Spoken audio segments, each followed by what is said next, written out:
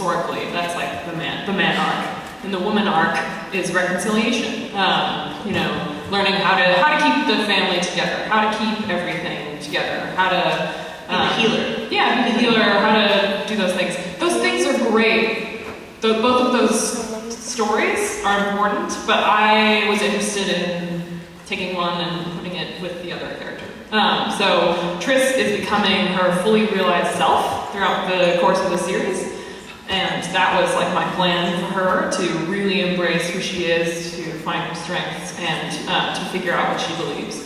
And Tobias's journey throughout the course of the series is learning to rely on other people and how to trust other people and how to forgive other people. And it's kind of reflected, I hope, depending on how well I did, but you guys can be the judge of that, in their voices. So Triss's voice is hard and direct, straightforward, and very reliable, and sometimes repetitive, which is sort of like a masculine, these are stereotypically masculine characteristics. Forrest is a little more poetic, little stream of consciousness. He doesn't withhold things from you, and that's something we might associate with being slightly more feminine. But so this was fun. It's like a little playground for my brain.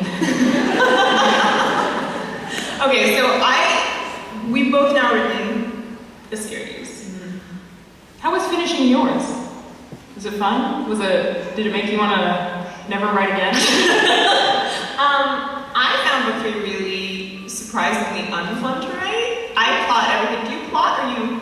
I know everybody gets this question, but no, it's good because I used to pants right by the seat of my pants.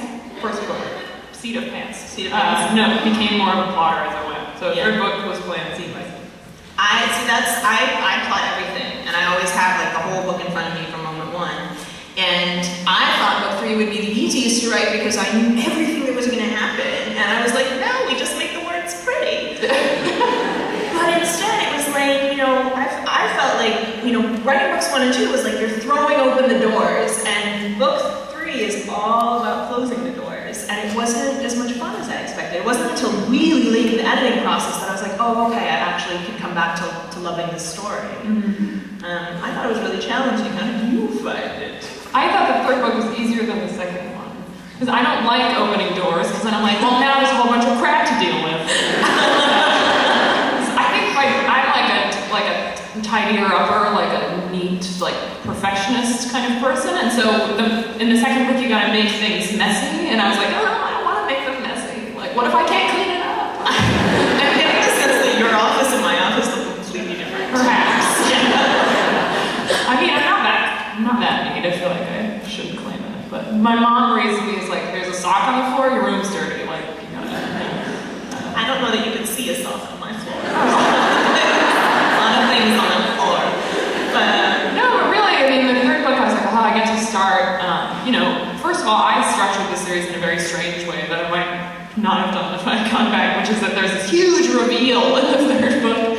So it's like, explain everything in 30 pages. Good luck not making it an info dump. Just make a big footnote. Yeah, like, sorry guys, it happened. Hopefully it was like an interesting info dump, but it was still, there's a little bit. There's a lot of acting to it. All third books are kind of like that, because the whole time you've been leaving these breadcrumbs where it's like you're leading up to this big reveal. And I don't know, like, this is a young crowd. Like, do people still watch Jaws? Movie Jaws? It is a scary movie. But you know the story about the shark in Jaws? No, I'll tell you. I've never seen Jaws. It's terrifying. I don't recommend it. You'll never get in the ocean again. But the whole thing was like they built the shark and it looked like crap. And they were like, how do we make a shark movie with a terrible looking shark? And so the whole time they would just show the shadow of the fin or the shadow of the tail, and you don't see that shark until really late. In book 3, you gotta show the shark, right? Yeah. So it's like when that shark comes out of the water, you're really hoping everyone's like, shark! As opposed to being like, the shark I had in mind was better. the fanfic shark I wrote was so much better than that shark. So, for me, that was like this very scary thing. And those info dumps are necessary because you built up to all of this, and then you really need to show everything that, all the secrets. Answer all the questions. Yeah. You don't have to answer all the questions, but you do have to answer a lot of the of questions. Yeah, it was good for me in that way because I was like, I feel like I'm organizing the series. Like I'm checking off every question I need to answer, and I'm like finishing it up. And This